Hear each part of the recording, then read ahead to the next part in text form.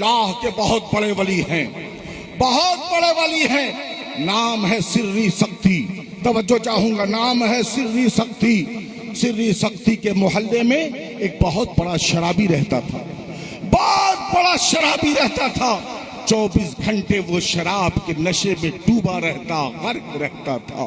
ایک روز کی بات ہے کہ حضرت سری سکتی اپنے گھر سے جیسے ہی باہر نکلے، کہیں سے آواز آ رہی ہے۔ آواز کیا ہے؟ اللہ اللہ اللہ اللہ کی آواز آ رہی ہے۔ اللہ اکبر۔ حضرت سری سکتی دیکھتے ہیں چہار جانب یہ آواز کہاں سے آ رہی ہے، یہ کون آواز لگا رہا ہے؟ چاروں طرف دیکھتے ہیں مگر کہیں سے آواز جو آ رہی ہے، آواز دینے والا، صدا لگانے والا نظر نہیں آ رہا ہے۔ حضرت سری سکتی آگے بڑھے تو دیکھتے کیا ہے، ایک گندا نالا ہے، اس نالے میں ایک انسان پڑا ہوا ہے جس کے جسم پر مٹی لگی ہوئی ہے، چہرے پہ گرد و غبار ہے، اس کے منہ میں بھی مٹی لگی ہے، مگر وہ اللہ اللہ اللہ کہہ رہا ہے۔ حضرت سری سکتی کا دل رونے لگا، اے مولا، اے پروردگار عالم، یہ بندہ تیرا نالے میں ہے، اے مولا اس کے چہرے پہ مٹی لگی ہوئی ہے،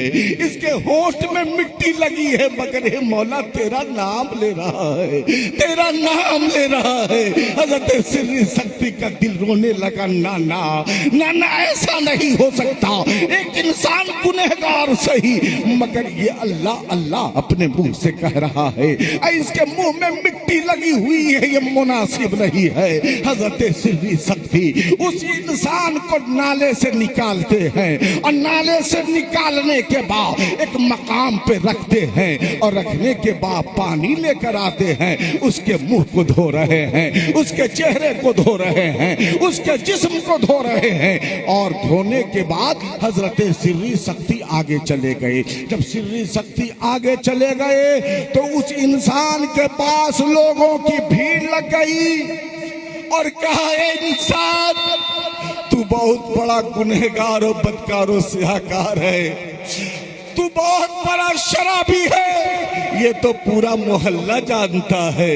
تو بہت بڑا شرابی ہے، یہ تو پورا علاقہ جانتا ہے، مگر حضرت سری سکتی نے نشے کی حالت میں تجھے کبھی نہیں دیکھا تھا، حضرت کی نظر اس حالت میں تجھ پہ کبھی نہیں پڑی تھی، مگر اے نادان آج حضرت نے بھی تجھے اس حالت میں دیکھ لیا ہے، نشے کی حالت میں تو جانتا ہے تیرے چہرے کو کس نے دھویا ہے، تو جانتا ہے تیرے جسم پہ پانی کس نے ڈالا ہے، حضرت سری سکتی نے ڈالا ہے۔ اب وہ اتنا شرمندہ ہوا، آنکھوں میں آنسو آ گئے، سر کو نیچے کی طرف جھکا لیا۔